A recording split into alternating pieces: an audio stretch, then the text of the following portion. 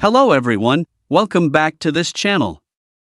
In this video, I will show you the easy and clear steps on how to turn off comments on file notifications on Dropbox application. So how to turn off comments on file notifications on Dropbox application. Make sure you keep watching this video until the end.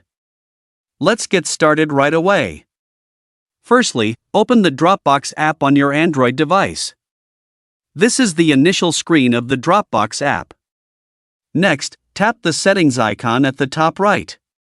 Tap Notification menu. And tap Comment on File. So that's it, tutorial how to turn off comments on file notifications on Dropbox application. Thank you for watching.